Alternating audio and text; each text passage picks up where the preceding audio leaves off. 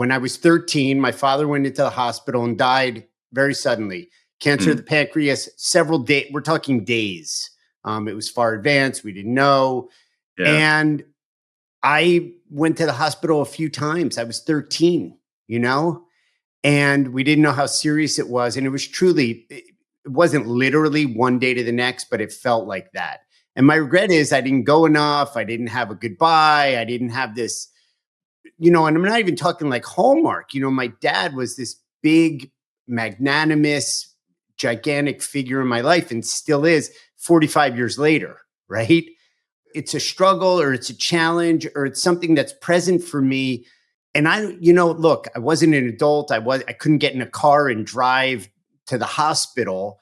But, how have you seen people reconcile without turning this into a Freudian couch, because what I got from the book was, let's be informed by our regrets. And like you said, it's a signal to what we value, right? You reduce the noise. So in today's world, I have some friends that are my age that are in a similar situation. Now, I'm not like overcompensating and going and sleeping in the hospital, but I'm certainly have my radar up and I'm there and active. You know what I'm saying? And that's kind of how I'm honoring what I regret, as a matter of fact, This sounds great to me. I mean, it sounds to me like you're doing it right. So let's unpack. I'm not a Freudian, and I'm not a therapist. I'm not a medical doctor of any kind. I'm just a dude who writes books. But let's unpack this analytically. So one thing that's really important here, Seth, is this. So you and I are talking on a Friday. And so yesterday, Thursday, Seth, you probably made 100 decisions, 150 decisions. It's Friday. I would imagine that 148 of those decisions, you do not remember today. Yeah, probably 149 and a half. Yeah. So, and yet here you have this decision or this indecision from how long ago was it? You said 45 years ago? 45 years ago, yeah. 45 years ago that you still remember and it still bugs you. Yeah. So that is a very strong signal. And when we have signals that strong, we have to pay attention to them.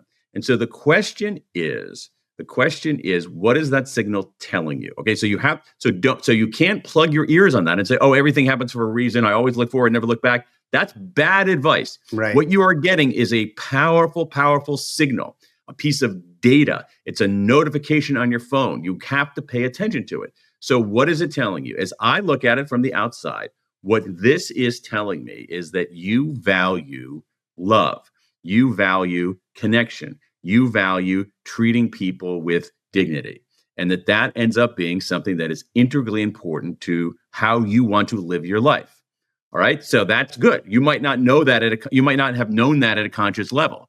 You might not have said, if someone says, tell me what you're like, you might not, your first answer might not be, I'm someone who values love and respect and treating people with dignity. Right. So, but based on this, you are someone who values love and respect and treating people with dignity. Yeah. All right. So what do you do with that? Now, you can do a few things. You can wallow it and say, oh my God, I'm someone who cares about love, respect, and treating people with dignity, and I messed it up, and I'm such a terrible person. That's a bad idea. Right. You've already approached this in a healthy way by scrutinizing the person who made that decision, which was 13-year-old Seth, who's a different person from Seth today.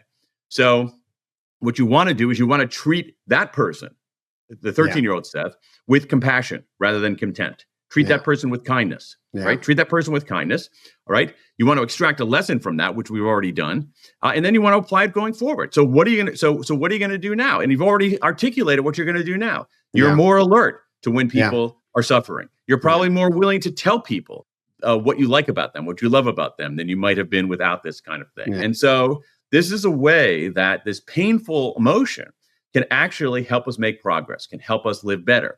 And what I don't want people to buy the bullshit philosophy that you should just ignore your regrets. Because the regret that you have right there is not something you should ignore. That is a powerful force in your life for making your life better. Yeah. And so it's a brilliant example of what I'm talking about in this book, but also what researchers have found all over the world.